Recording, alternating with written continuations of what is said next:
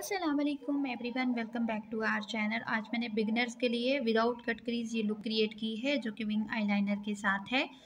तो स्टार्ट करते हैं आज की वीडियो। बहुत ही ज़्यादा डीप आइज़ और हुडीड आइज़ के लिए ये लुक बहुत ही अच्छी रहेगी। सीटीएम मैंने कर लिया था और उसके बाद आईब्रोज़ को भी शेप अप मैंने कर लिया है। इन दोनों की वीडियोस आपको हमारे चैनल पे मिल जाएंगी, आप चाहें तो देख सकते हैं। कंसीलर मैं यहाँ पे मिस रोज़ का यूज़ कर रही हूँ, बेज 6, और इसके हवाले से मैं इंशाल्लाह जल्द रिव्यू भी दूंगी। थोड़ा थोड़ा सा प्रोडक्ट लेकर आपने आईब्रोज़ के पास जाते हुए, ताकि प्रोडक्ट आईब्रोज़ के अंदर ना जाए, थोड़ा थोड़ा सा लेते हुए ब्लेंडिंग मोशन में आपने ब्रश के साथ कंसीलर को सेट करते हुए जाना है। और आईब्रोज़ को ऊपर से भी इसी तरीके से हम शेप अप कर लेंगे। आईब्रोज़ को भी मैंने बहुत ही लाइट रखा है क्योंकि मेकअप हमारा लाइट है और इसको आप कैजुअली भी यूज़ कर सकती हैं। आप इसको किसी वेडिंग गेस्ट पार्टी के अंदर भी आप यूज़ कर सकती हैं। अंडर आई एरिया के अंदर हमारा समटाइम मेकअप ग्रे हो जाता है, जो कंप्लेन आती है आप लोगों की।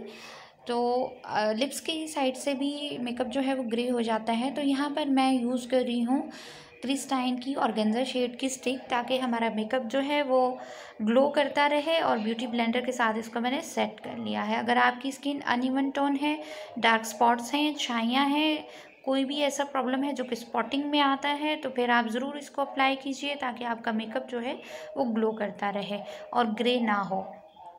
उसके बाद अंडर आई एरिया के अंदर मैंने कंसीलर लगा लिया है और इसी तरीके से टैपिंग मोशन के अंदर मैं थोड़ा थोड़ा कंसीलर जो है लोअर लैश लाइन के साथ ले जाके इसको मैंने ब्लेंड कर लिया है।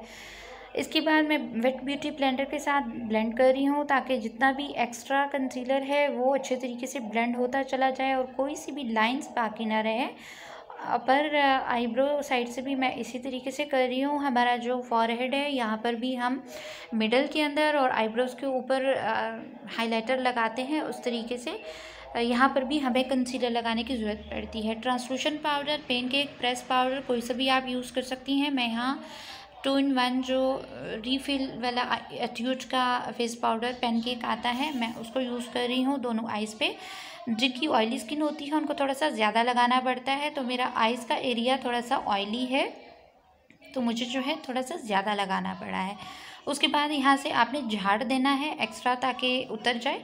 ये हमारा हाइलाइटिंग ब्रो बोन एरिया है और ये हमारा क्रीज एरिया है। क्रीज एरिया के ऊपर हम मैट शेड लगाते हैं और इससे नीचे जो है आउटर कॉर्नर को छोड़ के आईलिड एरिया पे हम शिमर शेड लगाते हैं। और इसी तरीके से मैं पार्ट्स आप लोगों को बता रही हूँ कि कौन कौन से हैं, बट इसके ऊपर मैं न्यू वीडियो भी अपलोड कर चुकी हूँ, आप वो देख लीजिएगा। हाइलाइटिंग मैं कर रही हूँ टीयर डक की। ये जो इनर कॉर्नर का एरिया होता है इसे टीयर डक भी कहते हैं। और ये जो ब्रो बोन एरिया है यहाँ पर हाइलाइटिंग मैं लगा रही हूँ। हाइलाइटर जो है मैंने क्रीम ही लिया है अपने ब्रांड का, प्योरन कॉस्मेटिक का। और जो आईब्रोज़ है इसकी फुल आईब्रोज़ के नीचे मैं स्टार्टिंग से बहुत ही थिन लाइन लगा रही हूँ। और जो हमारा क्रीज एरिया, जो हमारा हाइलाइटिंग एरिया है, वहाँ पर मैंने थोड़ा ज़्यादा जो है शेड लगाया है। ऊपर से भी आईब्रोज़ के ऊपर भी हम इसी तरीके से थिन सी लाइन लगा देते हैं, जैसे काशिज़ अपनी मेकअप के अंदर करते हैं। अब यहाँ पे मैंने मैट शेड लिया है, येलो ऑरेंज सा शेड है ये किस रोज़ की पैलेट से, और ब्रश को मैंने वेट कर लिया था। वेट करते हुए मैं यहाँ पे इसको हल्का हल्का शेड लेके इसको ब्लेंड करते हुए साथ साथ अंदर की तरफ लेके जा रही हूँ। जो हमारा क्रीज एरिया है उस पर ये अच्छे तरीके से ब्लेंड हो जाना चाहिए और हाइलाइटर के साथ भी इसकी ब्लेंडिंग जो है वो अच्छे से हो जानी चाहिए ताकि कोई हार्श लाइन ना बचे। अगर आपको इस तरीके से ना समझ आए तो आप टेप भी लगा सकती हैं। इसका भी मैं इंशाल्लाह जल्द ही आप लोगों को बता दूंगी चैनल पे। किस रोज़ की पैलेट से ही मैं डार्क ब्राउन यहाँ पे शेड ले रही हूँ जो कि मैट के अंदर है, आउटर कॉर्नर बनाने के लिए, आउटर वी बनाने के लिए। तो जब आप स्कॉच टेप या जो आर्ट एंड क्राफ्ट की टेप होती है उसको अप्लाई करते हुए अगर आप लगा लेते हैं तो आपका आउटर वी बहुत अच्छे से बन जाता है। अगर आप बिगनर हैं तो ज़रूर उस चीज़ को अप्लाई करिए। अच्छे तरीके से इसको ब्लेंड करते जाना है साथ साथ। और मैं यहाँ पे शेप जो दे रही हूँ वो मैं दे रही हूँ थोड़ी सी तिरछान के अंदर। इस तरीके से हमारा जो आई मेकअप है वो थोड़ा इन्हेंस होके आएगा और हमारी जो आइज़ हैं वो थोड़ी सी बिगर लगेंगी। तो डीप आइज़ के लिए, हुडीड आइज़ के लिए मेकअप बहुत ही अच्छा है। आप इसको कैजुअली भी कर सकती हैं, आप इसको वेडिंग गेस्ट के तौर पे भी यूज़ कर सकती हैं। अगर आप न्यू हैं हमारे चैनल पे तो चैनल को सब्सक्राइब करना बिल्कुल मत भूलिएगा। ये कहना मैं हर दफ़ा भूल जाती हूँ। उम्मीद करती हूँ कि आप लोगों को समझ आ रही होगी कि किस तरीके से ब्लेंडिंग हो रही है। टैपिंग मोशन के अंदर या ब्लेंडिंग मोशन के अंदर आप जैसे आपको इजी लगे आपने इसको शेप अप जो है वो कर लेना है, अच्छे तरीके से ब्लेंडिंग इसको कर लेनी है। और यही शेप जो है आगे चल के आपके मेकअप का अच्छा लुक क्रिएट करती है। एक साफ़ ब्लेंडिंग ब्रश लेकर मैंने दोनों शेड्स को ब्लेंड कर लिया है और उसके बाद मैं येलो शेड किस रोज़ की पैलेट से ही शिमर शेड यूज़ कर रही हूँ।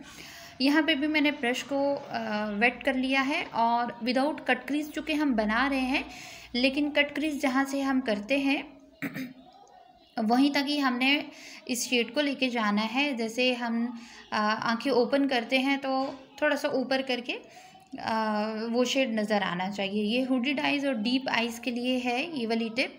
और जिनकी ब्रॉड आइज़ हैं या बाकी आइज़ के हिसाब से भी मेकअप इंशाल्लाह शेयर करती जाऊंगी। इस तरीके से एक शेप दे लेनी है आपने, राउंड शेप, जो कि जाके मैट शेड के साथ मिलेगी। तो आप देख सकते हो कि किस तरीके से पिगमेंटेशन आ रही है। अगर आपके पास फॉल आउट होता है आपके पैलेट में से तो फिर आप इस तरीके से वेट ब्रश के साथ यूज़ कर सकती हैं उसको। अब मैं एक साफ ब्लेंडिंग ब्रश के साथ तमाम शेड्स को ब्लेंड कर रही हूँ ताकि कोई सा भी हार्श लाइन बाकी ना रहे। और यहाँ पर ये चूँकि शेड जो है वो ड्राई होने के बाद आपने ब्लेंड करना है, ऐसे नहीं है कि आप वेट होते साथ ही आपने इसको ब्लेंड करना शुरू कर देना है। उस सूरत में आपके जितने आई शेड्स हैं वो सारे आपस में मिक्सअप हो जाएंगे। तो इसलिए शेड जब भी मिक्स करें, ब्लेंड करें, तो उनको हमेशा आप ड्राई होने के बाद करिए, क्योंकि इस तरीके से जब हम वेट करते हैं तो फॉल आउट भी नहीं होता, पिगमेंटेशन भी अच्छी आती है। लेकिन अगर आप वेट सूरत में ही ब्लेंड करेंगी तो मिक्सअप हो जाएंगे। इस तरीके से ब्रश की कंडीशन जो है वह रखनी है। और आई लैशेस के साथ साथ ही, लैश लाइन के साथ साथ ही मैं लाइनर जो है अप्लाई करती जा रही हूँ। इस तरीके से बहुत ही थिन लाइनर अप्लाई करना है यहाँ से। और उसके बाद एंड पे जाके मैं आउटर वी एरिया के ऊपर देखिएगा किस तरीके से मैं लाइन लगाऊंगी ऊपर की तरफ, ताकि यहाँ से हमने एक विंग क्रिएट करना है। जैसे काशिश अपनी लुक के अंदर कभी थिन और कभी थिक विंग क्रिएट करते हैं, तो इस तरीके को आप अच्छे तरीके से देख लीजिएगा। इस तरीके से आपकी जो लोअर लैश लाइन है वहाँ से हमने देखना है कि ऊपर की तरफ ये जाए। थोड़ा सा लाइन जो है मैं आगे की तरफ लेके जा रही हूँ, लेकिन ये लाइन जो है वो लोअर लैश लाइन की तरफ नहीं जानी चाहिए, वाइड होके आगे की तरफ जानी चाहिए। और इस तरीके से लाइन लगा के उसके बाद जहाँ तक हमारा लाइनर ख़त्म हुआ है वहाँ से मैं बाकी एरियाज़ का जो लाइनर लगाया है हमने आइज़ का, उसके साथ मैं एक लाइन क्रिएट करती जाऊँगी ताकि ये इकट्ठा हो जाए लाइनर। और जब इकट्ठा हो जाएगा हमें पता चल जाएगा कि शेप आ गई है। उसके बाद हम इसको फिलअप करेंगे। फिलअप करने के बाद इसका फिनिशिंग टच जो है वो देते चले जाएंगे। उम्मीद करती हूँ कि आप लोगों को समझ आ रही होगी। मैंने कोशिश की है कि बहुत ही इजी मेथड आप लोगों से शेयर करूँ। यहाँ पे छोटी सी एक टिप बनाने के लिए थोड़ा सा लाइनर को मैं नीचे की तरफ लेके गई हूँ और थोड़ा पतला ही आपने रखना है, मोटा नहीं रखना। तो इस तरीके से खूबसूरत सी लुक जो है वो आपकी आइज़ की आ जाएगी। फोर्थ एरिया तक हमने लाइनर लगा दिया है और हाइलाइटर के साथ मैं येलो शेड अप्लाई कर रही हूँ, जो कि मैट शेड है, लेकिन वेट ब्रश के साथ ही मैं शेड को अप्लाई कर रही हूँ। उसके बाद यहाँ डार्क ब्राउन शेड जो हमने ऊपर आईलिड एरिया पे लगाया है, उसी शेड को मैं यहाँ पे इसके साथ मर्ज कर रही हूँ, लगा रही हूँ और साथ ही ब्लेंडिंग करती जा रही हूँ। और ये थोड़ी सी स्मोकी लुक क्रिएट करेगा, लेकिन बहुत ही लाइट शेड्स होने की वजह से बहुत ही खूबसूरत लगती हैं आंखें इस तरीके से। तो इसको हाइलाइटर को भी मैं साथ हाइलाइटिंग ब्रश मैंने लिया है उसी के साथ मैं ब्लेंड कर रही हूँ। अब आप लोग देख सकते हो कि किस तरीके से इसकी लुक आ रही है। विंग जो है वो भी बहुत अच्छे से बन गया है। जिनकी हुडीड आइज़ होती हैं उनका विंग हम इस तरीके से बनाते हैं। इस तरह से जब आप आइज़ ओपन करते हैं तो आपका डबल लाइनर नहीं नज़र आता है। तो फेस को हमेशा आपने प्राइम अप कर लेना है, उसके बाद ही यूज़ करना है। आप देख सकते हो कि इस तरीके से राउंड सी शेप मैंने अंडर आई एरिया पे बनाई है, तो ये थोड़ी सी आइज़ को ना राउंड शेप देगी और थोड़ा सा वाइड शेप देगी। इस तरीके से हमारी आइज़ जो है वो बिगर नज़र आती हैं। बहुत ही अच्छे तरीके से इनको ब्लेंड कर लेना है। और ये देख लीजिएगा किस तरीके से हर शेड जो है वो सेपरेट सेपरेट नज़र आ रहा है, लेकिन ब्लेंडिंग बहुत अच्छे तरीके से हुई है। कोई भी हार्श लाइन नहीं बनी हुई। और इसी तरीके से मस्कारा मैंने अप्लाई कर लिया है। मस्कारा जो है वॉल्यूम 1 सेकंड मैंने यूज़ किया है। ये आइज़ को वॉल्यूम एकदम से दे देता है और आईलैशेस की ज़रूरत नहीं पड़ती। उम्मीद करती हूँ आपको ये लुक पसंद आई होगी और बिगनर्स को समझ भी आ गई होगी कि किस तरीके से हमने अप्लाई करना है विंग आईलाइनर, जो कि डीप आइज़ के लिए है, हुडीड आइज़ के लिए है। वीडियो पसंद आए तो लाइक ज़रूर कीजिएगा। और चैनल पे चूँकि एक सीरीज़ मैं ऑलरेडी चला रही हूँ जो कि कोर्स के हवाले से है, तो ज़रूर चैनल को ज्वाइन